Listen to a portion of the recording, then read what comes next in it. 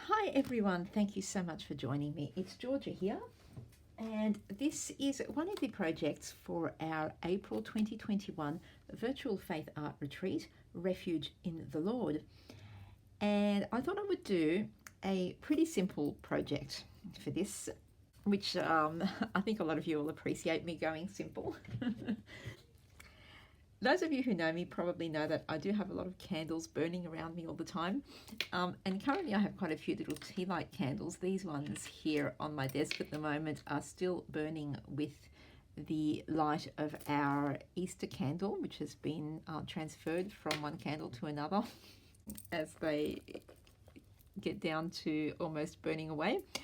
And I kind of thought, wouldn't it be nice to have a really special candle holder jar sort of thing. So I sort of went looking around on Pinterest and saw this really great idea, and I thought I would replicate it and see how it goes. So what I'm going to do is I'm going to cover the outside of a jar with a Bible page. Now my Bible page is nowhere near wide enough to cover the jar, so what I'm going to do is I'm actually going to do it in two pieces. And what I'm going to do also is I'm going to cut a shape in the page so that there's like a window in the jar. Okay, so what I'm going to do first of all is measure the height of the jar, or the height that I want the paper to cover. So in this case it is about 3 inches. So I'm going to cut, I've actually pulled out from one of my art supply Bibles, I have pulled out Psalm 143 and it goes into 144, but that's okay. I'm going to cut 2 pieces from this page, each of them 3 inches tall. Now I've got my 2 pieces that are 3 inches tall, and what I want to do is cut a little window in the middle of each one. Now I'm going to use a little heart-shaped die, and I'm going to line it up with my die cutting machine and cut a heart out of the center of each one. If you don't have a die cutting machine or an appropriately shaped die, you can just draw the shape yourself and cut it out with a pair of scissors. A little bit more, well, I won't say tricky, it's not that hard because it's quite a large shape that you're cutting, but yeah, not as convenient as having a die, but you know, because I have the dies, I keep forgetting that I have them. So I am going to use my die cutting machine and cut those out. Okay, so hearts are cut out. The bonus is that I have 2 heart shapes cut out a Bible page that I can use as embellishments for something else. So I'll put those aside.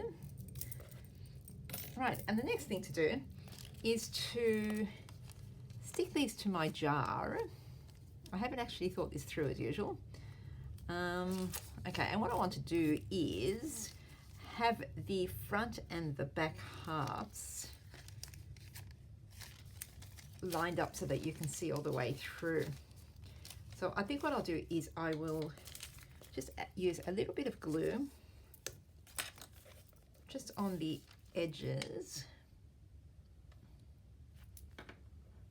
and I'm just using my Scotch tacky glue for this, which is just a PVA glue, I believe, and I might put some along the top and bottom as well, so just along the 4 edges. And I'm going to carefully place it onto my jar. I'll try to get it nice and straight. Right, and then,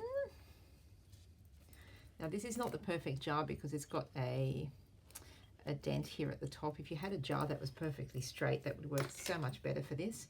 But as usual, I'm doing this at the last minute, and you know, had this thought, I know, I'll do a jar with a candle in it. I looked all through my house, I had no jars. I have no jars in this house. I actually had a jar of cranberry sauce in the fridge with about a tablespoon of cranberry sauce left in it. So that was my that was my jar, the cranberry sauce. Okay, so now I'm just going to put only just on one of the short sides so that I can line it up, and then I'll glue it better. So I'm going to just kind of eyeball it a little bit. See if I can see all the way through. It's like, yeah, okay, that will kind of do for me. And I know I'm getting some overlap, but I think that's okay because it's not really it's more decorative. I'm not going to be sitting there wanting to read the book page that is on my jar. It's more for decoration. Little words will jump out at me, which will be great, but it's okay that I can't read it all. And of course, you don't have to use a Bible page for this. You could use any book page, or you could use any paper you like, actually. But I kind of saw this done with a book page on Pinterest, and I thought, oh, I really like that. It's kind of pretty.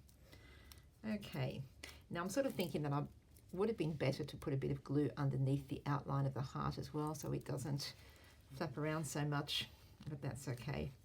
Now I'm just pushing this down along the dented part of the jar. I'm sure there's a better word than dent. It's not really a dent, but you all know what I mean. So I'm pushing that down so it sticks better. And not worrying too much about the creases and that. They'll sort themselves out in time. Okay, so I'm just going to let that dry now. Now what I did do is I grabbed my art glitter glue that has the really, really fine tip, and I got the tip underneath the edge of the heart, and I stuck some of the edges of the heart down. There's a little bit that I missed right there. And here we go. And that will just hold it down a little bit better over time. Okay, now the next thing I'm going to do is grab a bit of lace ribbon, and I'm just going to stick a line of ribbon around the bottom of the jar. And once again, I'm using my art glitter glue because experience tells me that it will do a very good job of this.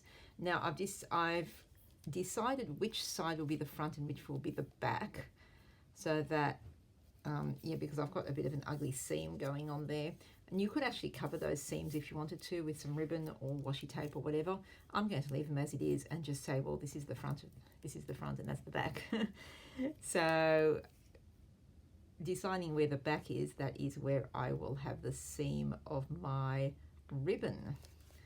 So keep all the seams in the same place. That way, you know, there's only one lot of mess instead of mess all over the place.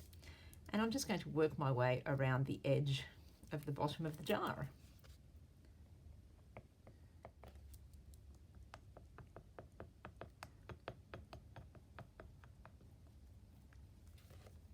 I'm just pressing that down so it sticks really well.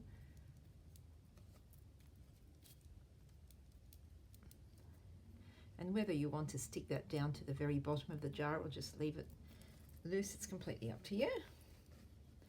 Okay, now the next thing I'm going to do, we're almost done. I told you this was going to be a nice quick project. I've got the same sort of lace ribbon, which I'm going to tie around the top of the jar, but I'm also going to tie a bit of this pink tinsely ribbon from the Prima Marketing Sugar Cookie Christmas. It was one of my favorite ribbons of last year. I have used it in so many things. So I'm using some of the pink one, and I'm going to just tie it around the top of my jar.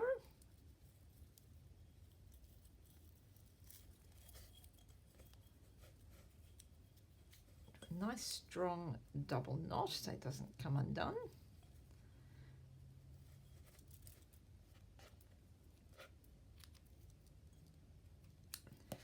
And then over the top, I'm going to tie the lace ribbon.